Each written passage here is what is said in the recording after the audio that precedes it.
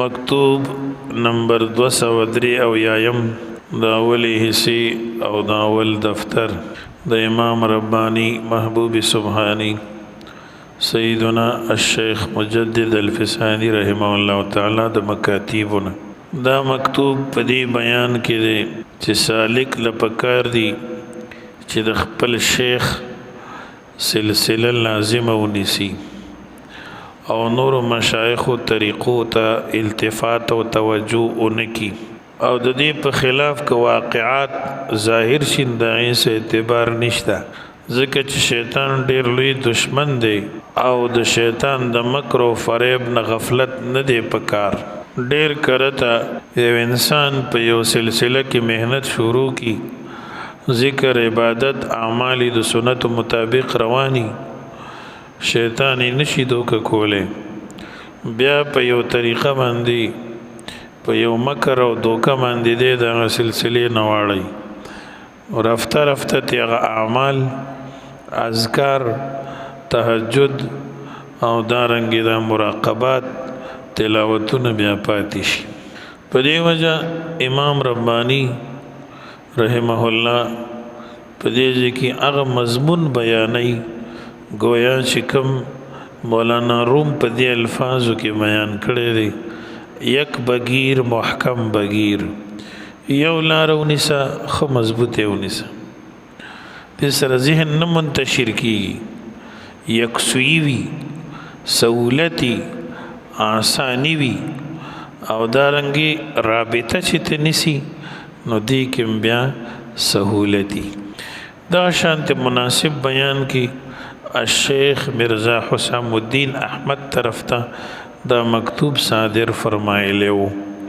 الحمدلله الذي هدانا لهذا وما كنا لنهتدي لولا ان هدانا الله لقد جاءت رسل ربنا بالحق الله پاک د پاره حمد او ثنا ده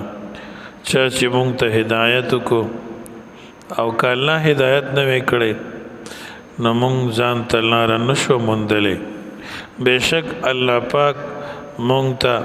پیغمبران را لېږلي دي او راغلي دي رسولان د رب زمونږ په حق سره امام ربانی رحمه الله مبارک فرمایي ستاسو معززه مبارکه محبت نامه چې د مینې د وجنه او د سخا د وجنه ما ته لیکلي ورسېده یعنی د ستا خط ما ته راورسېده ډېر خوشحاله شوم الله دې تاسو ته د خیر بدلی درکړي اللهم آمین تاسو ته مې لیکلي وو چې د سما د منع کېدلو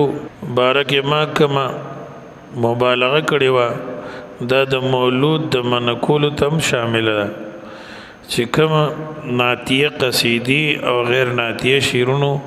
ویلو سره حاصلېږي لیکن برادر عزیز میر محمد خان او بعضې نور داستان چې هغوی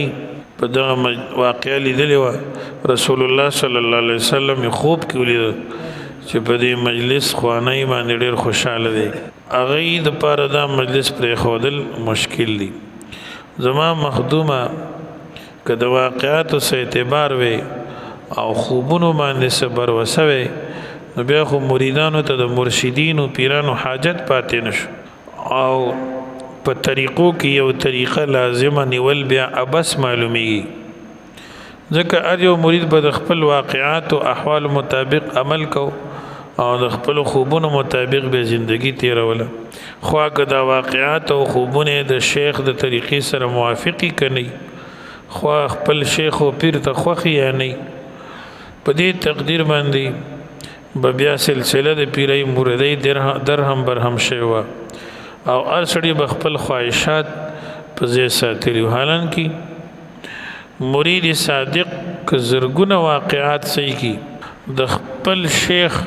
باوجود د خپل شیخ د خبرې سره د نیم جو سره نه برابرای او طالب صادق د خپل شیخ موجودگی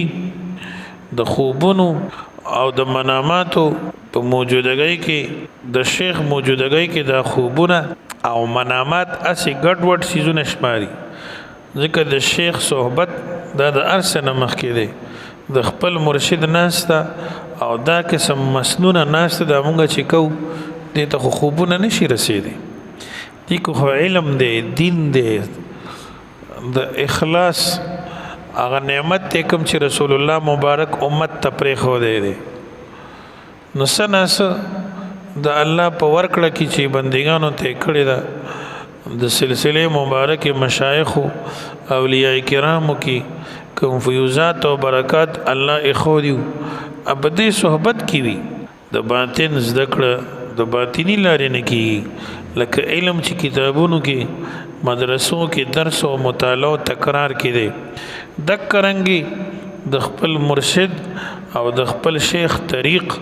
او د غلار او صحبت اختیارولو کې د الله د طرفه انسان ته د امر ملاویږي ورکون کې یو الله دی او تقسیمون کې رسول الله صلی الله علیه وسلم دی او دې لپاره وسایل الله تعالی سینې د مشایخ را لګلی لکه بچی څوک ورکي یو الله ورکي فائدہ لپاره د خځو د خاوند یو ځوال الله را لګلی دارنګ باران الله پاک وري خو اسباب ولا مقرر کړی دي ورځ راولېږي او بیا باران وري نو فیوزات او برکات او هدایت د الله پاک په اختیار کې دي او دې لپاره ذرایع او اسباب دغه صحبتونه او د مشایخ اهتمام دا الله ګرځولې دي حضرت شیخ خواجه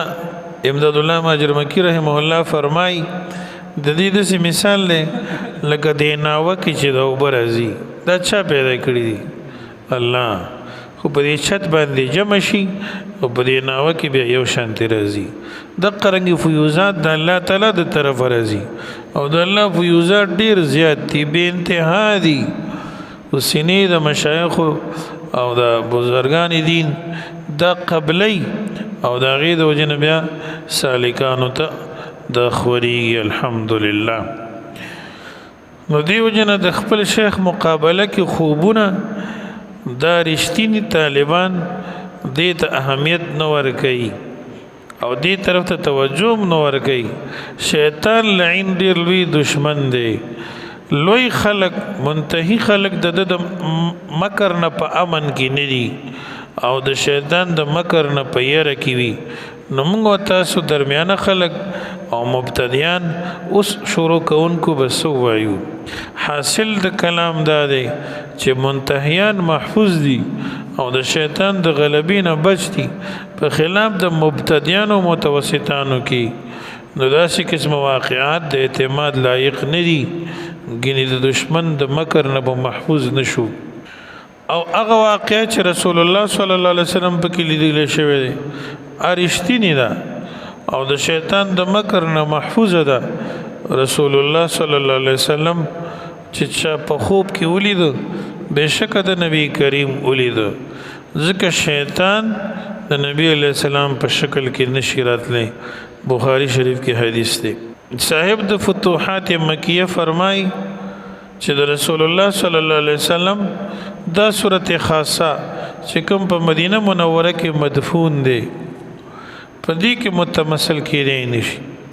خاص طور سره په دې شکل کې دین سیوا په بل صورت کې چې یو کته متمثل کېدی شي او په دې تمامو صورتونو کې د متمثل نه کېدو حکم نه تجویزي او هیڅ شک نشته دی چې د رسول الله صلی الله علیه وسلم دغه صورت خصوصا په مناماتو کې مشکل دی بیا به څنګه د اعتماد لایق شي د ارچا خوب بیا د اعتماد لایق نه دی